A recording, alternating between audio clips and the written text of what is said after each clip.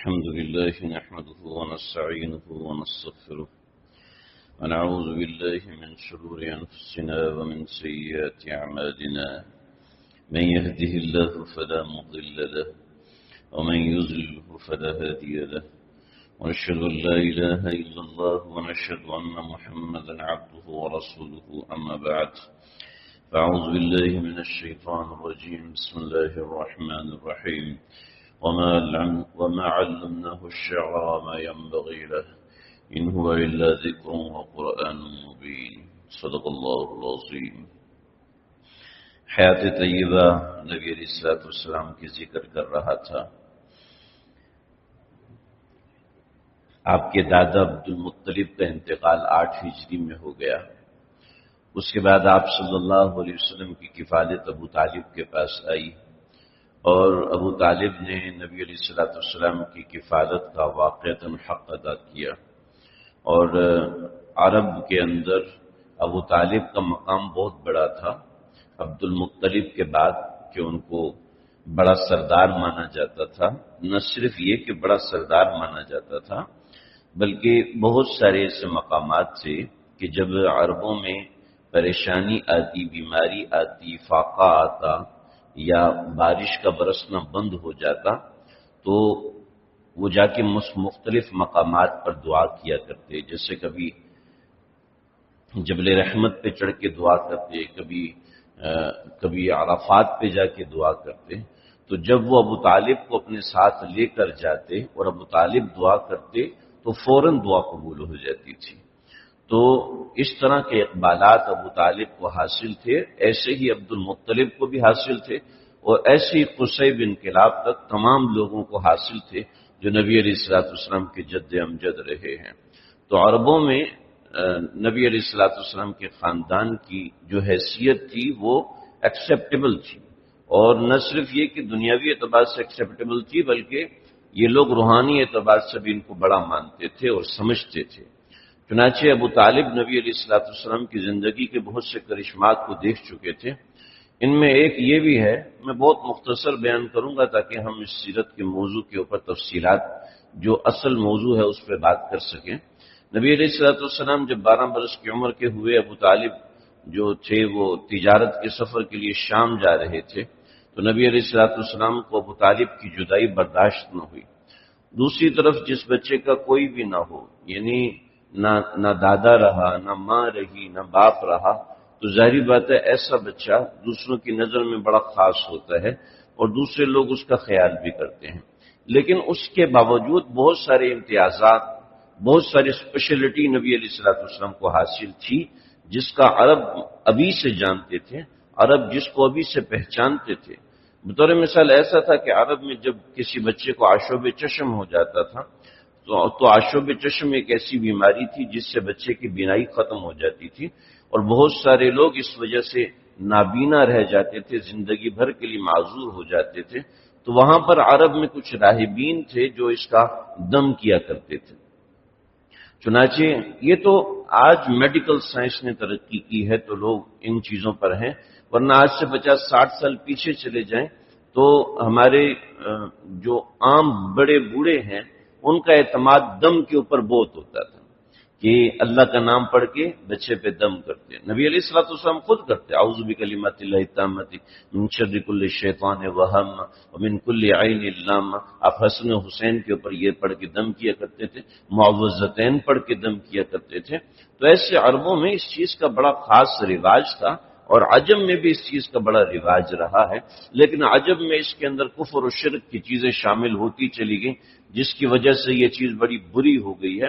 ورنہ پہلے تو سانپ کاٹتا تھا تو اس کا دم ہوتا تھا، دانت میں درد ہو گئی تو اس کا دم ہوتا تھا، اور اس سے لوگوں کو شفا بھی مل جاتی تھی، اور آج بھی بڑی شفا مل جاتی ہے۔ ایسی بہت ساری چیزیں میڈیکل سائنس جن کو ایکسیپٹ نہیں کرتی، جیسے ناف ہے اور اس نوعیت کی چیزیں۔ اعمال قرآنی کے نام سے حضرت تھانوی رحمۃ اللہ علیہ نے باقاعدہ پوری ترتیب لکھی ہے۔ بہشتی زیور حصہ نمبر 9 میں حضرت نے اس زمانے کی خواتین کو سمجھایا کہ کس چیز کے لیے کیا دم ہوتا ہے۔ خواتین کا بچہ دودھ نہیں پیتا، یہ بیشتر مسئلے آتے ہیں پڑھ کے دم کرتے ہیں، بچہ دودھ پینا شروع کر دیتا ہے، بچوں کو نظر لگ جاتی ہے، ایسے مرجھایا ہوا ہوتا ہے، ڈاکٹر کہتے ہیں کچھ بھی نہیں ہے، تھوڑا سا نظر کا دم کیا بچہ ہنسنا کھیلنا شروع ہو جاتا ہے۔ جیسے آج کل جانڈس ہے، پیلیا ہے، عام طور پہ لوگ اس کا دم کرتے ہیں اور دم سے علاج کرتے ہیں۔ بہت کم چیزیں رہ گئی جن کے بارے میں لوگوں کا اعتقاد رہا، ورنہ پہلے زمانے کی بات کو چھوڑیں، آج سے 30-40 سال پیچھے چلے جائیں تو لوگوں میں اس چیز کا بڑا خاص امتیاز ہوتا تھا۔ آج یہ چیز چونکہ ختم ہو گئی، تو جب چیز ختم ہوگی تو اس کی تاثیر بھی ختم ہو جاتی ہے۔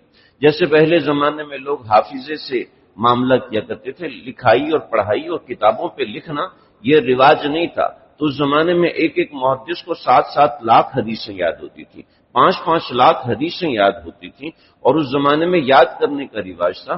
بہت سارے واقعات ہیں، سنانا شروع کروں گا تو میں موضوع سے ہٹ جاؤں گا۔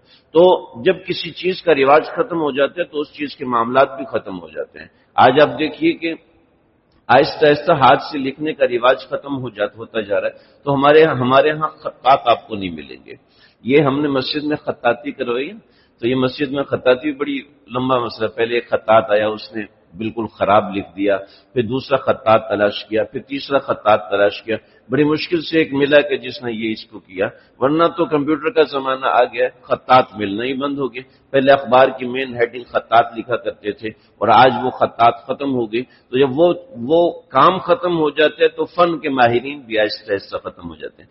کھڈیوں پہ کپڑا بنتا تھا، اس کے ماہرین اس کا استعمال ختم ہوا تو اس کے ماہرین بھی ختم ہو گئے۔ اب جو بھی کپڑا مشین پہ بنتا ہے، کھڈی کا کپڑا آپ کو ملے گا ہی نہیں۔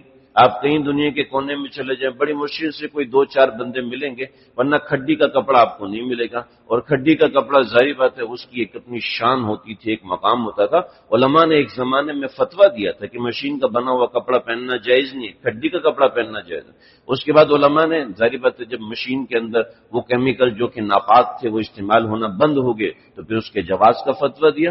پہلے چونکہ ناپاک کیمیکل کپڑے کو، دھاگے کو نرم کرنے کے لیے، جوڑنے کے لیے استعمال ہوتے تھے، تو ظاہر بات ہے نبی علیہ السلام نے قسم کے کپڑے کو پہننے کو منع فرمایا، اس لیے کہ اس میں وہ رنگ استعمال ہوتا تھا جس میں بدبو ہوتی تھی، اور بدبو فرشتے استعمال نہیں فرماتے۔ عبداللہ بن عمر بن عاص کو آپ نے فرمایا کہ یہ کون سا کپڑا تم نے پہنا ہوا؟ گئے اور جا کے جلتی ہوئی تندوری میں اس کپڑے کو جلا دیا کہ جب نبی علیہ السلام نے اس کو ناپسند کیا تو میں اس کو کیسے استعمال کر سکتا ہوں۔ مشکات شریف کی روایت، اور ایسے بہت ساری روایات۔ چنانچہ علامہ شامی رحمۃ اللہ نے آج سے 200 سال پہلے قسم کے استعمال کی حرام کا فتویٰ دیا، لیکن کیونکہ اس وقت جو قسم کا استعمال تھا وہ بھی ناپاک استعمال ہوتا تھا، یہ بدبودار استعمال ہوتا تھا۔ آج کے زمانے میں تو ایسے کیمیکلز آ چکے ہیں جس میں ناپاکی اور بدبو نہیں ہوتی، لہذا اس کا استعمال جو ہے وہ جائز ہے۔ تو بہرحال ایسے ہر زمانے میں چیزوں کے معاملات ہوتے ہیں، میں ان تفصیلات میں جاؤں گا تو ظاہر بات ہے چیزیں آگے پیچھے ہو جائیں گی۔ تو ایک راہب تھے، وہ آشوب چشم کا دم کرتے تھے، اور وہ راہب ظاہر بات ہے جو دم کرتے تھے اس دم کی تاثیر تبھی ہوتی ہے جب آپ تنہائی میں بیٹھ کے کچھ ذکر کریں، اذکار کریں، معمولات کریں اور اللہ کو یاد کریں، تبھی اس میں تاثیر ہوتی ہے۔ تو راہب مہینہ بھر اپنی خانقاہ سے باہر نہیں نکلا کرتا تھا۔ تو جیسے ہی نبی علیہ الصلوۃ والسلام کو عبد المطلب لے کر وہاں پر پہنچے تو راہب اپنی خانقاہ کے باہر کھڑا ہو کے انتظار کر رہا ہے۔ تو جی کیا ہوا، آپ تو نکلتے نہیں ہو، آج آپ پہلے سے انتظار کر رہے ہیں؟ کہا جی ہاں، جس بچے کا نام لے کر میں دم کرتا ہوں وہ بچے یہ محمد ہی تو ہے صلی اللہ علیہ وسلم۔ تو نبی علیہ الصلوۃ والسلام کے ایسے بہت سارے اقبالات عرب میں مشہور ہو چکے تھے جب آپ بچے تھے۔ 12 سال کی عمر میں نبی علیہ الصلوۃ والسلام کو لے کر بحیرہ شام کی طرف نکلے تو راستے میں ایک بحیرہ راہب کی خانقاہ آتی تھی۔ جب اس راہب نے دیکھا ایک قافلہ آیا ہے عرب سے، تو اس نے عرب کے قافلے کو اپنے پاس دعوت دی۔ اس میں روایات 3-4 ہیں، علامہ شبلی نے ان کے اوپر اشکال بھی کیا، اعتراض بھی کیا، لیکن امام ترمذی رحمۃ اللہ علیہ نے روایت کو حسن کہا ہے، امام حاکم نے اعلی شرط صحیحین کہا ہے، یعنی یہ روایت بخاری اور مسلم کی شرط کے اوپر لکھی ہے، یعنی یہ روایت اپنی جگہ پر ایسی ہے کہ قابل ذکر ہے، قابل بیان ہے۔ نبی علیہ السلام کی عمر 12 سال ہے، ابو بکر آپ کے ساتھ ہیں، حضرت بلال حبشی آپ کے ساتھ ہیں، جو کہ ابھی تک اسلام کا کوئی شائبہ بھی نہیں ہے، اسلام کی طرف کوئی وہ رہنمائی بھی نہیں ہے، کوئی ایسی چیز بھی نہیں۔ ابو بکر بچپن کے دوست ہیں، بلال حبشی بچپن سے ساتھی ہیں۔ تو نبی علیہ الصلوۃ والسلام یہاں پہ جا رہے ہیں، تو جب قافلہ ایک جگہ پہ رکتا ہے تو بحیرہ جو راہب ہے اس کا نام جرجیس تھا، لیکن نام اس کا بحیرہ کے لقب کے اعتبار سے مشہور تھا۔ بعض حضرات نے کہا بحیرہ، زرقانی نے لکھا بحیرہ، تو بحیرہ بھی صحیح ہے اور بحیرہ بھی صحیح ہے، دونوں الفاظ اپنی جگہ پر درست ہیں، لیکن بحیرہ یا بحیرہ یہ لقب ہے اور جرجیس اس کا اصل نام تھا۔ تو اس نے پورے قافلے کی دعوت کی تو قافلہ بڑا حیران کہ بھئی اس بندے نے تو کبھی ہمیں شکل نہیں دکھائی، اور ہم اس کی مجاہدے کے اور اس کی ریاضت کے قصے سنا کرتے تھے، لیکن آج یہ نہ صرف شکل دکھا رہا ہے بلکہ ہماری دعوت کر رہے ہیں، اور نہ صرف یہ کہ دعوت کر رہے ہیں بلکہ کھانے بھی کھلا رہے ہیں۔ ابھی یہی ہوا تھا کہ تو قیصر روم کی طرف سے 7 فوجی وہ آئے ہیں اور قافلے کی تلاشی لینا شروع کر دی۔ اب ظاہر بات تو قیصر روم اس وقت ایک سپر پاور کا ایک دوسرا نام تھا، اول تو کسرا تھا، اس کے ساتھ قیصر روم تھا، تو قیصر روم کے 7 سپاہی آئے اور قافلے کو دیکھنا شروع کر دیا۔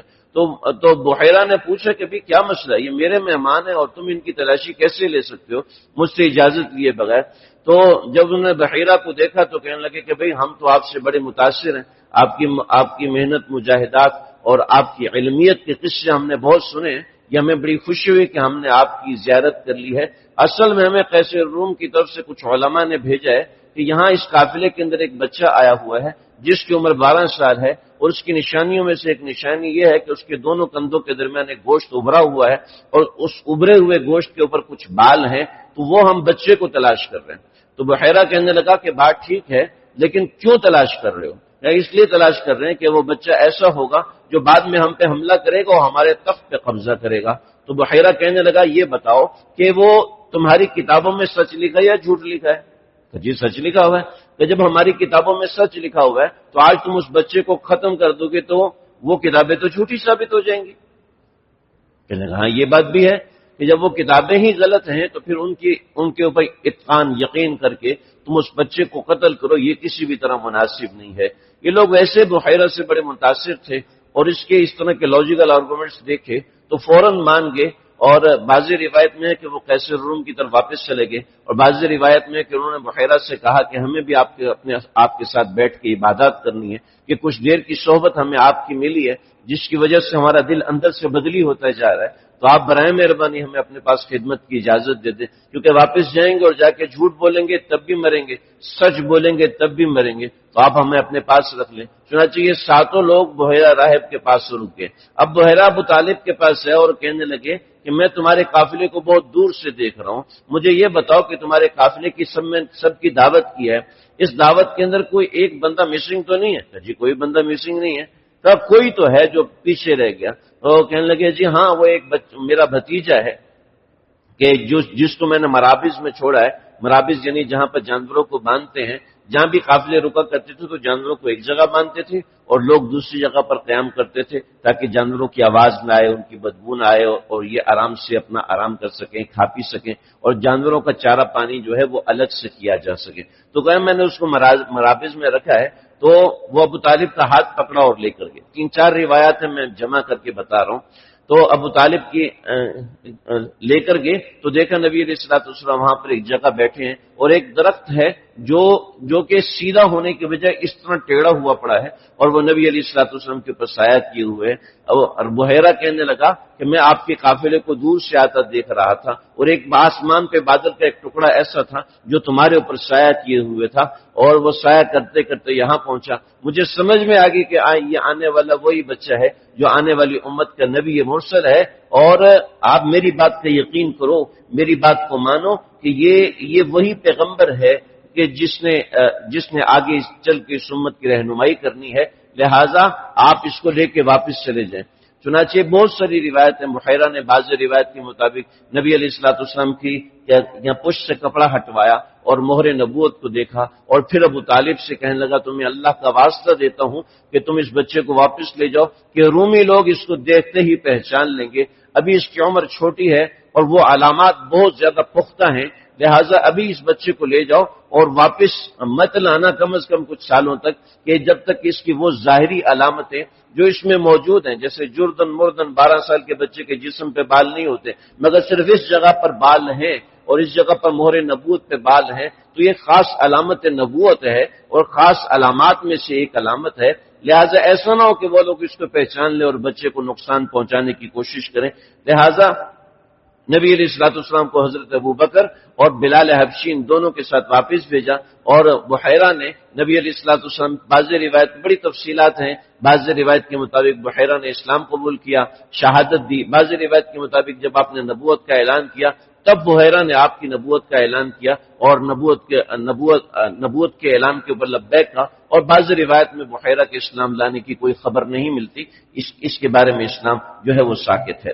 تو بحیرہ نے کہا ھذا سید العالمین، ھذا رسول رب العالمین یبعثہ اللہ رحمۃ للعالمین، یہ اللہ کے رسول ہیں، یہ رحمت للعالمین بن کر دنیا میں مبعوث ہوں گے، آپ ان کو واپس لے جائیں۔ چنانچہ نبی علیہ الصلوۃ والسلام واپس ہے، بحیرہ نے آپ کے ساتھ کچھ روٹیاں اور زیتون کا تیل بطور سالن آپ کو دیا کہ واپس مکے تک وہ استعمال ہو جائے۔ آج بھی بحیرہ راہب کی وہ خانقاہ ویسی ہی موجود ہے، اور یعنی شام کے راستے میں بصرہ کے مقام پر، ہم عام طور پہ اس کو بصرہ کہتے ہیں، اصل ہے لفظ بصرہ، تو بصرہ کے مقام پر یہ خانقاہ آج بھی موجود ہے، اس کی کچھ دیواریں گری ہوئی ہیں اور کچھ دیواریں اپنی اصل حالت میں موجود ہیں۔ ہمارے بڑوں میں سے حضرت خواجہ ابو المالک مجاہد دامت برکاتہم، انہوں نے اپنی کتاب لکھی جس میں سارے نقشے و تصویریں اس میں دی ہوئی ہیں۔ تو یہ نبی علیہ الصلوۃ والسلام کا ایک سفر تھا جو شام کی طرف ہوا تھا، جس میں آپ صلی اللہ علیہ وسلم واپس آ گئے۔ اس کے بعد حلف الفجار کا ایک واقعہ پیش آیا، پھر اس کے بعد حضرت خدیجہ کا سامان تجارت لے کر آپ صلی اللہ علیہ وسلم گئے ہیں۔ ابو طالب ظاہر بات ہے بوڑھے ہو چکے تھے، وہ مزید اب سفر نہیں کر سکتے تھے، نبی علیہ الصلوۃ والسلام کی کفیل ابو طالب تھے، لہٰذا نبی علیہ الصلوۃ والسلام کے پاس جو امانت رکھی جاتی، آپ نے اس درمیان بکریاں بھی چرائیں، آپ نے اس درمیان بہت سارے کام کیے، روایت میں تفصیل ملتی ہے۔ نبی علیہ الصلوۃ والسلام کی ایمانداری ایسی تھی کہ کوئی نبی علیہ الصلوۃ والسلام کو محمد صلی اللہ علیہ وسلم کے نام سے نہیں جانتا تھا، بلکہ آپ کو صادق امین کے نام سے جانتے تھے۔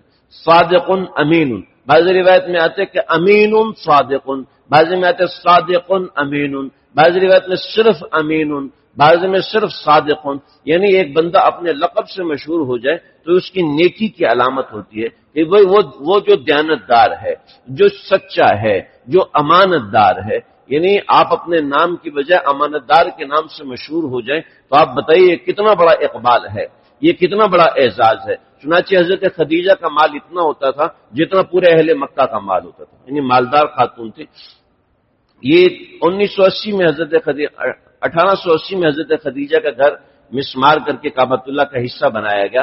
جب کعبۃ اللہ کا حصہ بنایا گیا تو اس کی تصاویر بھی موجود ہیں۔ اچھا خاصا بڑا اور 2 منزلہ گھر تھا، جس میں ایک حصہ مخصوص تھا صرف مال تجارت کے لیے۔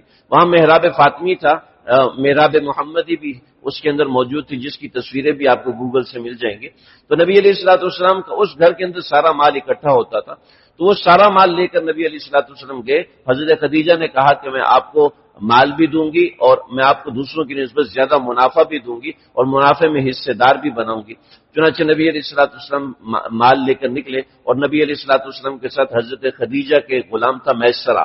یہ میسرہ آپ کے ساتھ چلا ہے، اور میسرہ نے آ کے جو باتیں بتائی ہیں وہ اتنی تفصیل کے ساتھ بتائی ہیں کہ حضرت خدیجہ کو سمجھ میں آ گیا کہ یہ وہی مبعوث ہیں جو کہ آنے والے ہیں، جن کے بارے میں کتابوں میں ملتا ہے۔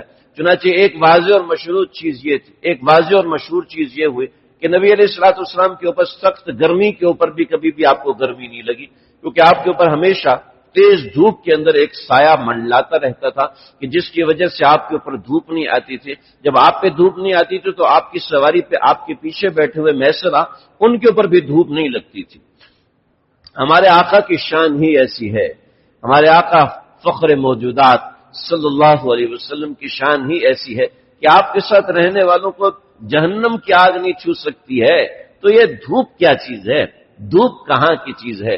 رسول اللہ صلی اللہ علیہ وسلم کی صحبت میں میسرہ رہا، ایک بات تو یہ۔ دوسری بات یہ ہے کہ آپ صلی اللہ علیہ وسلم نے سودا پوری ایمانداری کے ساتھ کیا۔ ساتھ رہنے والوں کو پتہ چل جاتا ہے کہ کوئی بندہ کتنا ایماندار ہے۔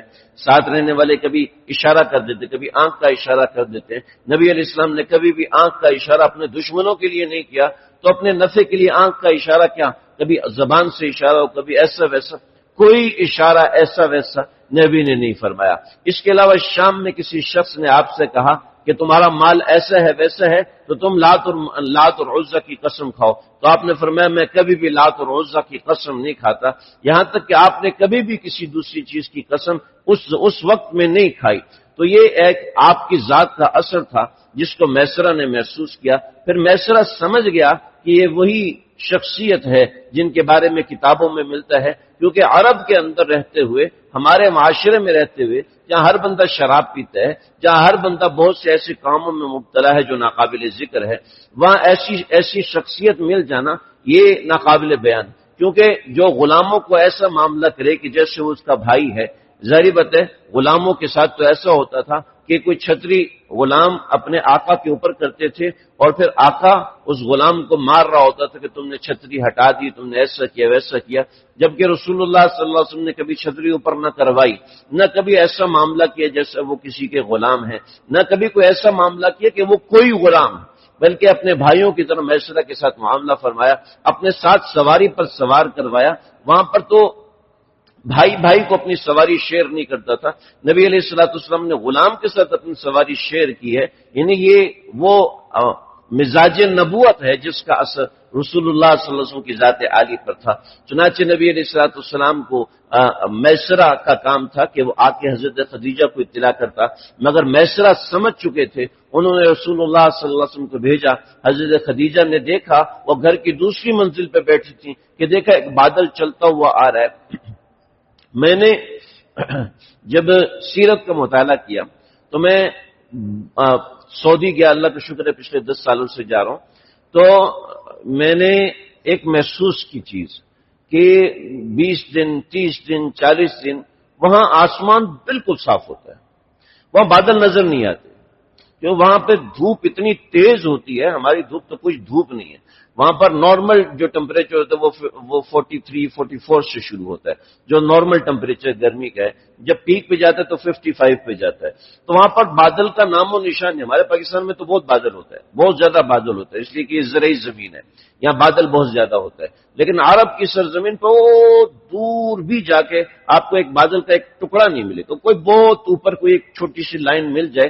میں نے اس دفعہ بہت غور کیا کہ میں تلاش کروں کہ آسمان پہ بادل مجھے کہیں نظر آئے، تو آخری دن کو یہ بہت دور سے ایک لائن بادل کی ہلکی سی مجھے نظر آئی، ورنہ پورے دنوں کے اندر گرمیوں کے اندر آپ تلاش کریں وہاں آپ کو بادل نہیں ملیں گے، اور ایک بادل کا ٹکڑا کسی شخص کے اوپر چلتا ہوا آ رہا ہو تو یہ بڑی خاص بات ہوتی ہے۔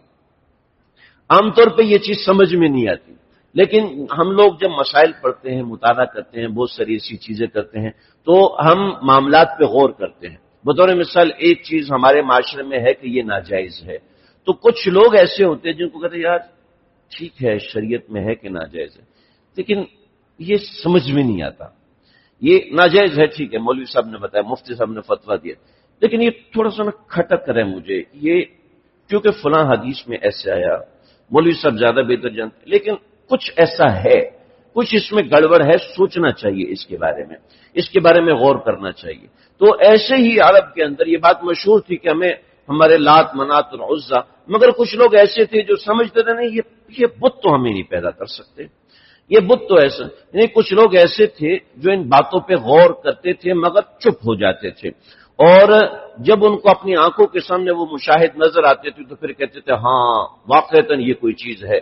چنانچہ حضرت خدیجہ بھی ان لوگوں میں سے تھی جو کہ مشاہد تھیں ان بہت سی باتوں میں۔ جب انہوں نے دیکھا کہ ایک بدری چلتی ہوئی آ رہی ہے، دوسری خواتین کے ساتھ بیٹھی ہوئی تھی، سیرت حلبیہ میں تفصیل ہے، نبی علیہ الصلوۃ والسلام تشریف لائے اور پھر آ کے بتایا کہ خدیجہ ہمیں اس دفعہ تجارت میں یہ نفع ہوا ہے۔ حضرت خدیجہ نے آپ کو واپس بھیجا، آپ گئے تھوڑے فاصلے پر، پھر دوبارہ بلایا کہ واپس آؤ، پھر واپس آئے۔ تو اصل میں حضرت خدیجہ بلانا نہیں چاہ رہی تھی، صرف یہ دیکھنا چاہ رہی تھی کہ یہ بادل کا آپ کے اوپر چلنا محض ایک اتفاق ہے یا پھر واقعتاً بادل آپ کے ساتھ مسخر ہے۔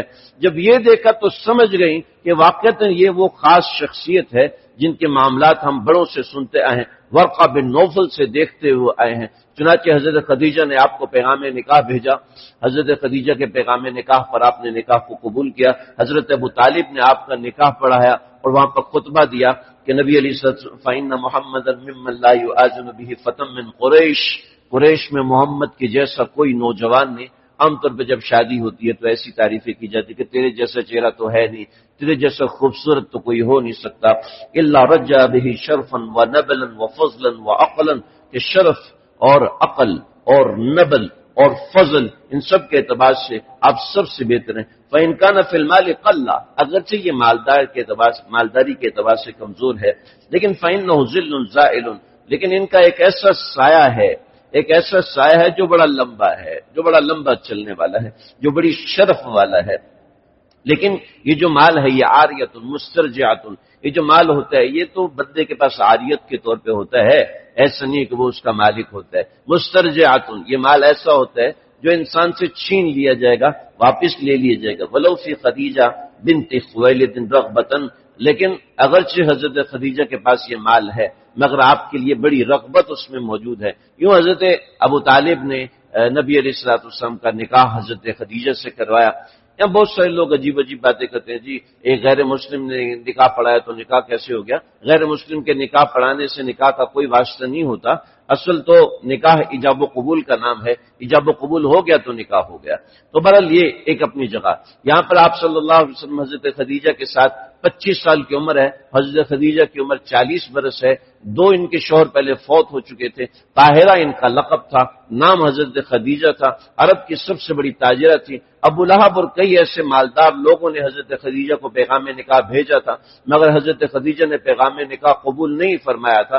نبی علیہ الصلوۃ والسلام کی ذات عالی پر نظر اقدس پڑی تو نبی علیہ الصلوۃ والسلام کو ایسی قبولیت حاصل ہوئی کہ حضرت خدیجہ کے بارے میں حضرت عائشہ فرماتی ہے کہ ما اغارہ، مجھے کبھی بھی غیرت نہیں ہوئی الا خدیجہ، سوائے حضرت خدیجہ کے اوپر، کہ میں دوسری بیویوں کے حوالے سے مجھے کوئی فکر نہیں تھی، مگر اگر فکر کی تو حضرت خدیجہ کے بارے میں۔ میں نے ایک دفعہ عرض کیا، اس میں خدیجہ تو کھسوٹ ہیں، انہیں ان کے منہ میں دانت بھی نہیں تھے، تو آپ ان سے اتنی محبت کیوں کرتے ہیں؟ تو آپ نے فرمایا عائشہ خدیجہ تھی کہ اس نے میرا اس وقت میں ساتھ دیا کہ جس وقت کوئی بھی میرے ساتھ نہیں تھا۔ چنانچہ اس درمیان بہت سارے واقعات ہوئے، لیکن نبی علیہ الصلوۃ والسلام کو نبوت سے 6 ماہ پہلے آپ صلی اللہ علیہ وسلم کو سچے خواب آنا شروع ہو گئے۔ اور میں کفلت الصبح، میں جب صبح اٹھتا تھا تو خواب میرے ساتھ ایسے ہوتا تھا جیسے خواب واقعتاً میں نے رات کو دیکھا ہے، خواب میں نے رات کو دیکھا ہے، اور جب میں صبح اٹھتا تو وہی واقعہ پیش آ رہا ہوتا تھا جو میں نے رات خواب میں دیکھا۔ یعنی اتنے سچے خواب مجھے نظر آنا شروع ہو گئے تھے۔ سچے خواب، جو خواب ہے، جو بندہ جتنا سچا ہوتا ہے اس کو اتنا ہی سچا خواب دکھائی دیتا ہے۔ خواب کی بڑی اہمیت ہے اور بڑا خواب کا ایک واسطہ تعلق ہوتا ہے۔ ہمارے ہاں خواب کا معاملہ ہی ختم ہو گیا۔ اس کی بنیادی وجہ یہ ہے کہ نبی علیہ الصلوۃ والسلام ہر روزانہ فجر کے بعد بیٹھ جاتے اور فرماتے ہاں بھئی کس نے کوئی خواب دیکھا ہے اپنا خواب بیان فرمائے۔ چنانچہ وہ خواب بیان کرتے، صحابہ کرام نبی علیہ الصلوۃ والسلام اس خواب کی تعبیر بیان فرماتے۔ اصل بات یہ ہے کہ معبر اور عابر کے درمیان ایک تعلق واسطہ ہوتا ہے۔ پہلے زمانے میں یہ ہوتا تھا کہ ہمارا ہر کوئی بندہ کسی نہ کسی شیخ اور مشائخ سے تعلق میں ہوتا تھا، کسی نہ کسی بزرگ سے اصلاحی تعلق میں ہوتا تھا، کسی نہ کسی بڑے سے پوچھتا تھا، اور کوئی بڑا میسر نہیں ہوتا تو اپنے استادوں کے سامنے زانو تلمذ رکھتا تھا، اپنے استادوں کے سامنے سر نہیں ہلاتا تھا۔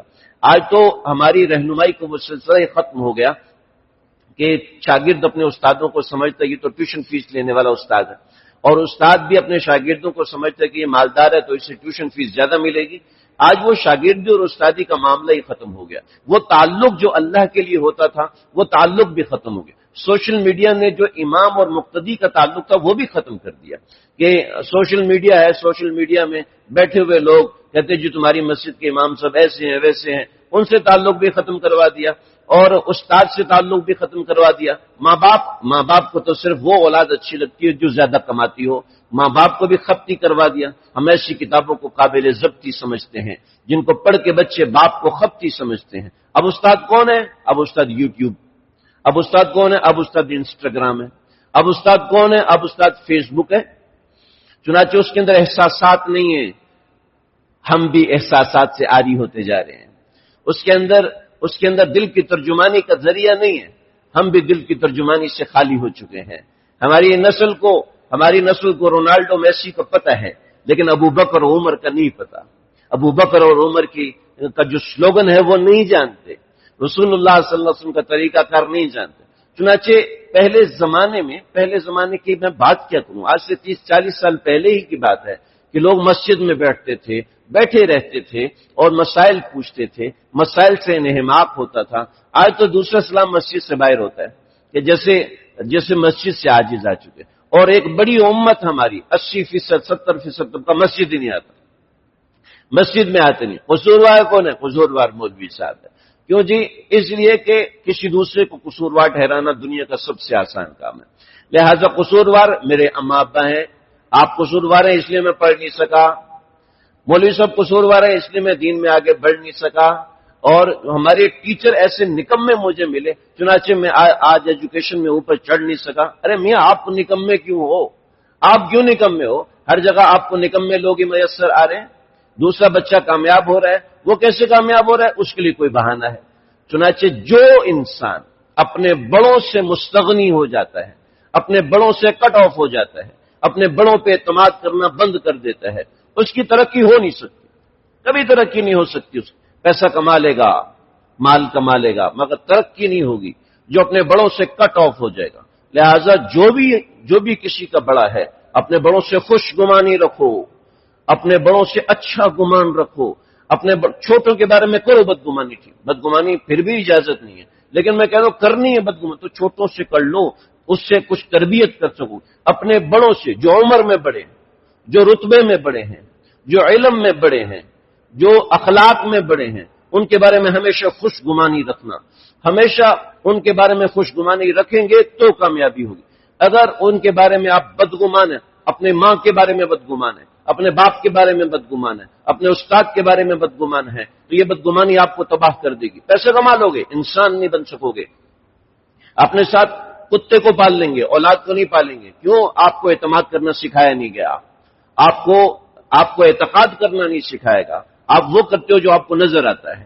آپ کہتے ہیں بٹن دباتے ہیں تو پنکھا چلتا ہے، ورنہ پنکھا نہیں چلتا۔ ارے اس کے پیچھے بجلی کا ایک پورا سسٹم ہے، وہ آپ کو نہیں پتا۔ ہم سمجھتے ہیں کہ اما ابا کو پیسے دیں گے تو خوش ہو جائیں گے، ارے اس کے پیچھے پورا سسٹم ہے، دین سیکھنے کا پورا سسٹم ہے۔ تو نبی علیہ الصلوۃ والسلام کو سچے خواب آنا شروع ہوئے، چنانچہ ان سچے خوابوں میں علامہ زرقانی اور دیگر حضرات نے لکھا ہے کہ ان سچے خوابوں میں کچھ ایسے احکامات نبی علیہ الصلوۃ والسلام کو دیے جاتے تھے جن احکامات کے ذریعے سے بہت ساری چیزیں ایسی ہوئیں، چنانچہ آپ صلی اللہ علیہ وسلم نے حبب الی الخلا، آپ کو تنہائی محبوب ہونا شروع ہوئی، اور آپ غار حرا میں جا کے عبادت کرتے تھے، وہاں ذکر، فکر اور مراقبہ یہ آپ کی عبادت ہوا کرتی تھی۔ اور پھر ایک دن ایسا ہوا کہ حضرت جبریل آئے ہیں اور انہوں نے نبی علیہ الصلوۃ والسلام کے اوپر وحی اللہ کی طرف سے اتاری ہے۔ دو روایت میں قابل ذکر سمجھتا ہوں کہ آپ کے سامنے ذکر کروں۔ ایک روایت یہ ہے کہ حضرت جبریل آئے اور نبی علیہ الصلوۃ والسلام کو سلام کیا، اور پھر غیب سے ایک مسند لائی اور اس مسند کے اوپر نبی علیہ الصلوۃ والسلام کو بٹھایا۔ مسند مطلب ایک بڑی چیئر لائی اور اس بڑی چیئر کے اوپر نبی علیہ الصلوۃ والسلام کو بٹھایا، جس کی نقل ممبر ہے، ممبر رسول صلی اللہ علیہ وسلم۔ ہمارے ممبر تھوڑے چھوٹے ہیں تو وہ ممبر تھوڑے بڑے ہیں، جیسے عرب کے اندر 9 سیڑھیوں والے ممبر استعمال ہوتے ہیں۔ نبی علیہ الصلوۃ والسلام کے زمانے میں 9 سیڑھیوں والے ممبر نہیں تھے، 4 سیڑھیوں والے ممبر تھے۔ ہماری 3 سیڑھیاں ہیں تو 4 سیڑھیوں والے ممبر تھے۔ پھر آہستہ آہستہ بڑھتے وہ 9 سیڑھیاں ہوئیں جو آج عرب میں استعمال ہوتے ہیں۔ وہ ترکی کے ممبر ہیں کہ خلافت عثمانیہ تک 9 سیڑھیوں والے ممبر بنے تھے۔ پھر آج جو مسجد نبوی میں ممبر رکھا ہے وہ 12 سیڑھیوں والا ممبر ہے، کیونکہ اس کی امتیازی شان 3 سیڑھیاں مزید ہیں، اور بقیہ جو ممبر ہیں وہ 9 سیڑھیوں والے ہوتے ہیں، دنیا میں جہاں کہیں بھی ہوتے ہیں۔